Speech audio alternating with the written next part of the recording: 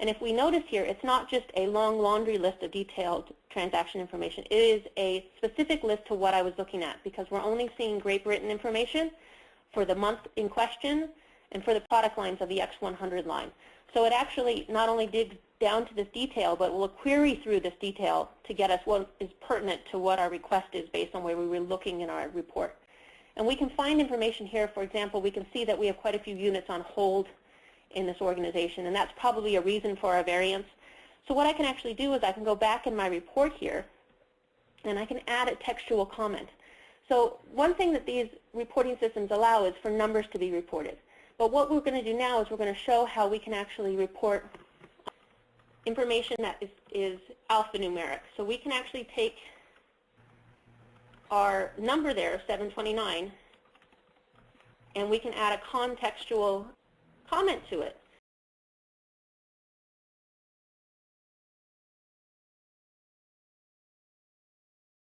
So we can say units on hold, and we can say waiting for response, Joe. So I can actually take that comment now, and it's going to associate that comment back with this intersection of data. So if I look again now from my sedans, I can actually see now, based using Excel comment functions, that my comment is available for me here. It's not just available for me as a user. It's not just available in this specific report.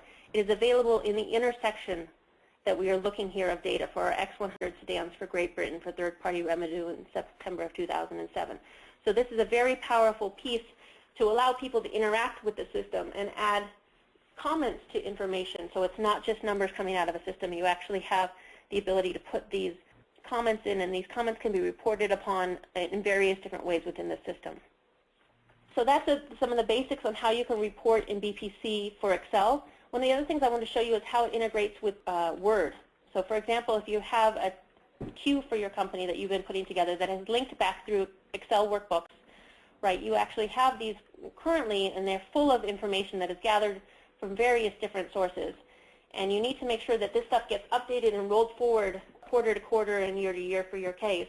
So you actually can use this information and link it straight back through to your database. So for example, I have a table in here, and we can click on this table, and what it's going to do is going to open the Excel object. And what I can see is, if I open this up here, we can see that these numbers here are pointing to a specific location. But if I'm trying to do year over year for September 2007, we'll see that this one has not been updated with that we actually need to update this with our September time period. And once I do that, you can actually see how the numbers have refreshed into here. It's brought back the values coming off of our BPC database for September 2007. So nobody has to rekey any information. Nobody has to relink any information. It's automatically refreshing. So you actually have a clear throughput from your transactions where your journal entries are being made and your financials are being finalized through to the reporting system and then back out here and report. So not just in Excel anymore, you actually have your reporting then available to you here for your Word implementations too. You also can have, for example, your information for your PowerPoint presentations if you have PowerPoint presentations within your organization. One of the other areas I wanted to touch on a little bit is how one can take care of the BPC system, what that entails to be administered. So what I have is this. I've entered into the administration console within BPC, and in here we can actually see what it takes to change one of our dimensions. So we had talked about how we have taken apart our business into the who, what, when, where's, and whys of our organization and built out these dimensions. We were just in there where we saw that we had our X100 sedan. For example, we were looking into the detail. Say I have a new product line that's coming on. Say I'm acquiring a new property as part of my portfolio. I can actually go in here and relatively easy, because it's just Excel, and I know how to use Excel as part of a finance user, I can actually go in and create a new product in here.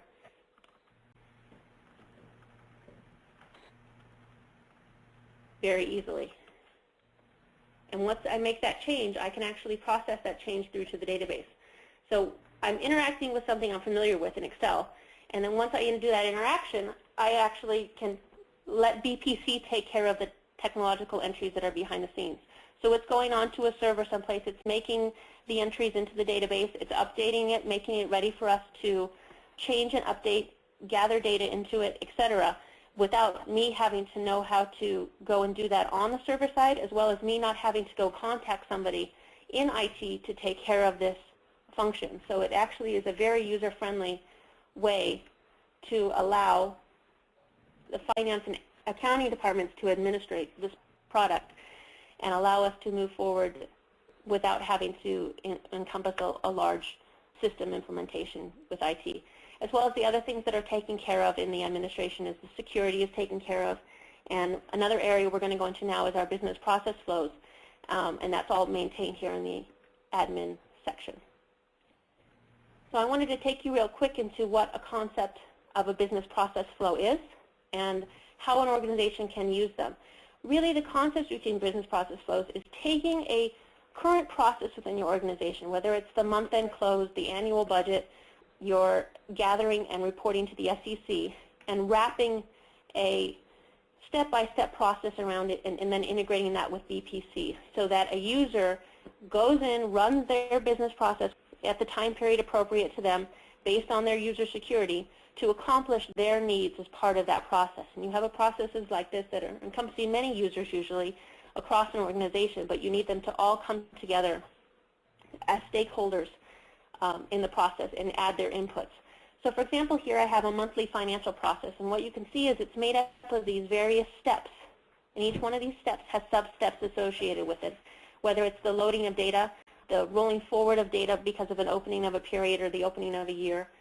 Depending on your financial needs, this can be an area where you're incorporating your ownership entries, so somebody can go in and maintain the ownership percentages, run the ownership calculations to automate the ownership entries, so you can then see the minority interest entries, the joint venture pickups as necessary in your financials at the different levels, as well as if you actually have any push down of funding from the upper entities down to the lower entities, that can be automated in here as well. And you can go back through a review process of reporting to ensure that all of that is accurate and up to date, as well as then you can do various different types of consolidation reporting and accounting needs there. And then once you kind of get to the end of it all, you can actually push this through as a full process to do your outside management reporting, to do your investor analysis, to do your SEC capabilities in here as well. So you can kind of see that it's a step-by-step process.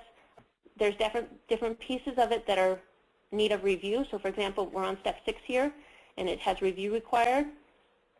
You actually can go in and review the steps and then move forward onto the next step. So depending on what your role is in this business process flow, you can actually be a big part of this.